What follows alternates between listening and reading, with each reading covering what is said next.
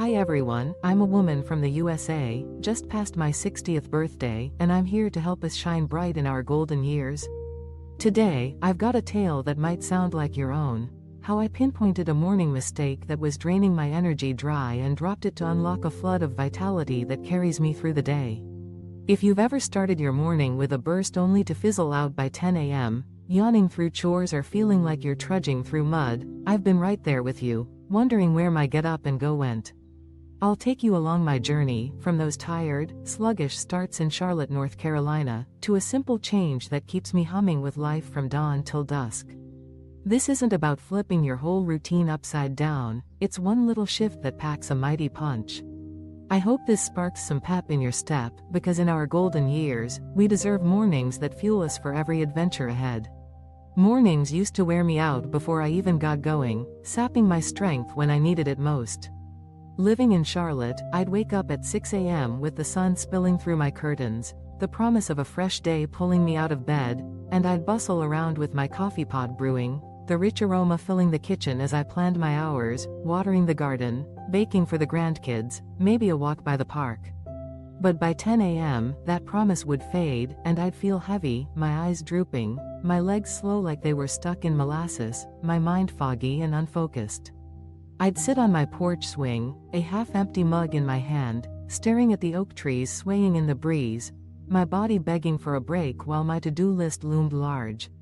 I'd shuffle through the house, tackling chores at half speed, collapsing onto the couch by noon with barely enough energy to flip through a magazine, let alone enjoy my day. I'd moan to my husband, "Honey, I'm wiped out already, what's wrong with me?"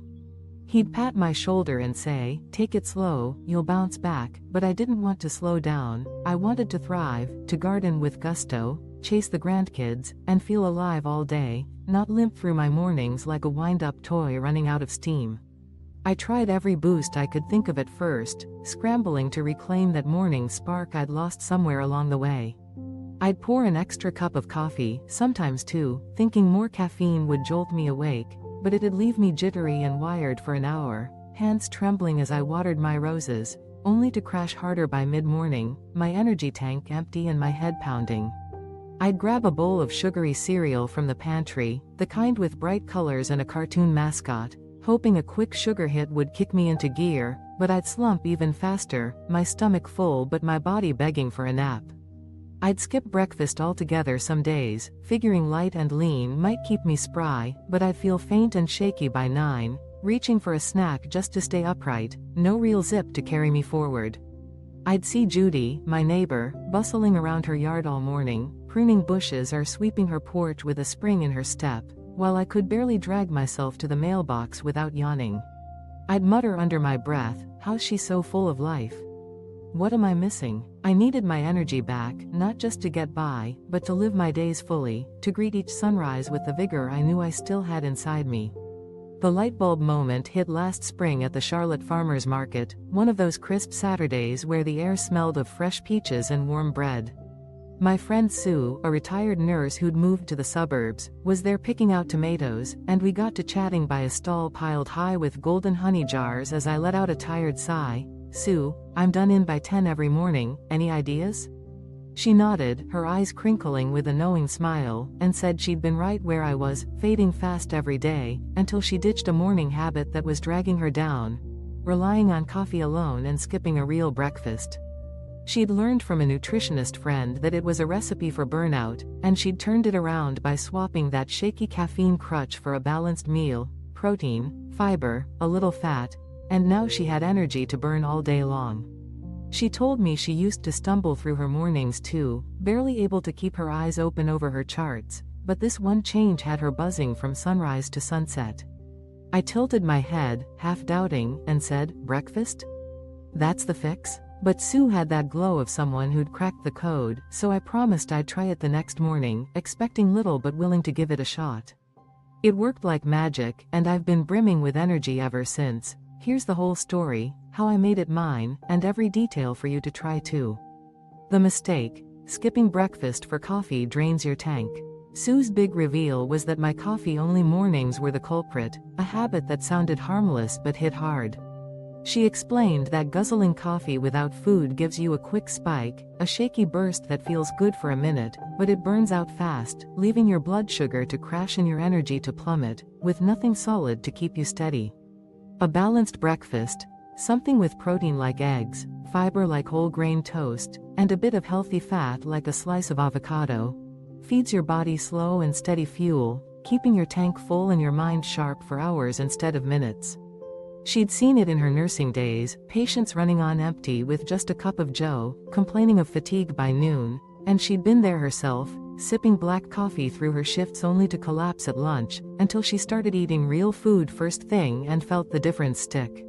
She told me to drop the extra cups, eat a proper meal by 7 a.m., and watch my day transform. I'd feel it fast. I wasn't sold on giving up my coffee crutch, but I gave it a whirl the next morning, determined to see if Sue knew her stuff.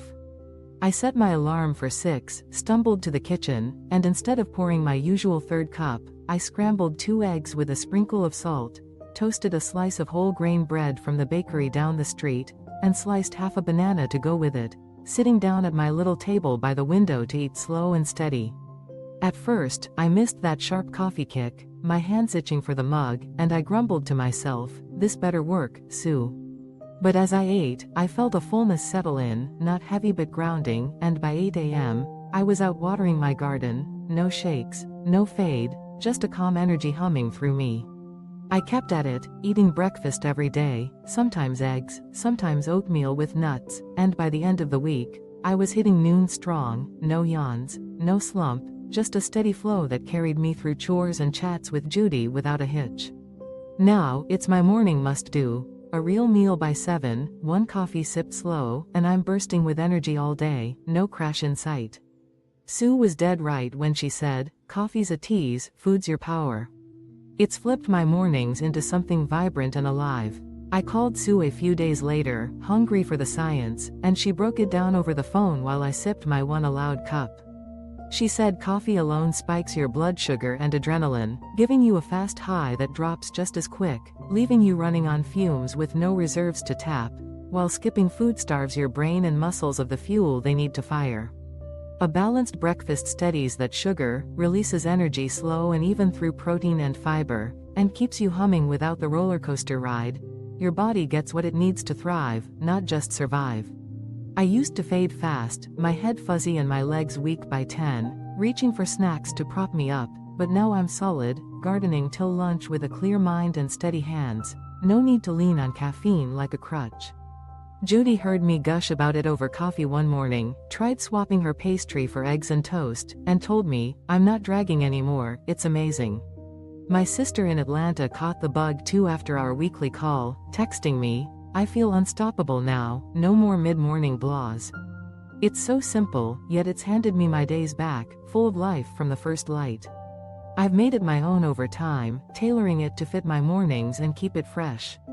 I eat by 7 most days, sitting on my porch when the weather's nice, mixing up my plate, scrambled eggs with a sprinkle of cheese one day, oatmeal with a handful of walnuts and a drizzle of honey the next, always with a piece of fruit like a banana or some berries to round it out, sipping my one coffee slow like a treat instead of a lifeline.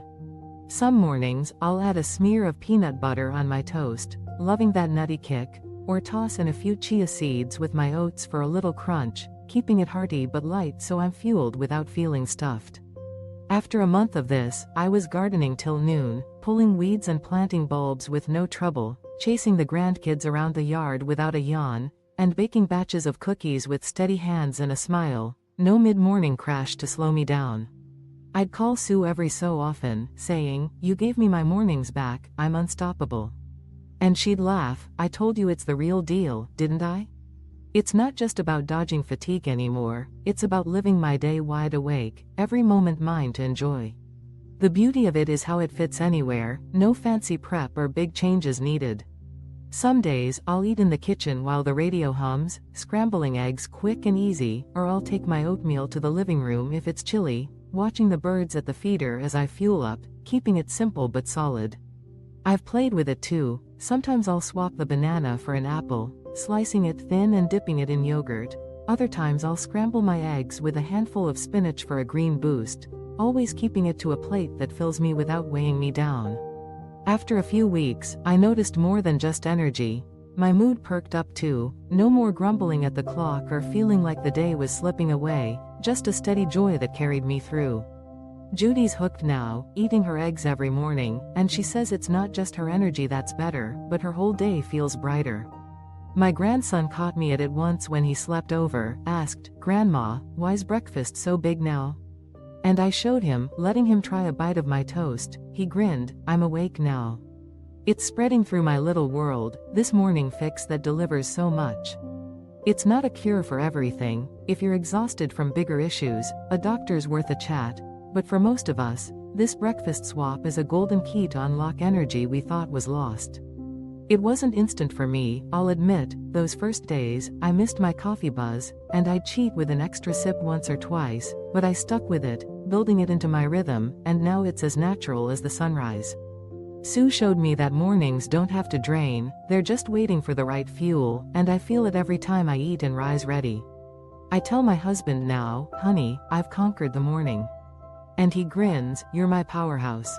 If you're ready to kick the tiredness, try it tomorrow.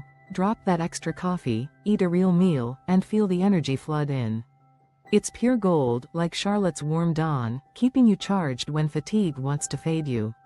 Loved this energy boost? Follow Harmonic Aging for more golden years gems like this, hit that subscribe button, and let's keep thriving together.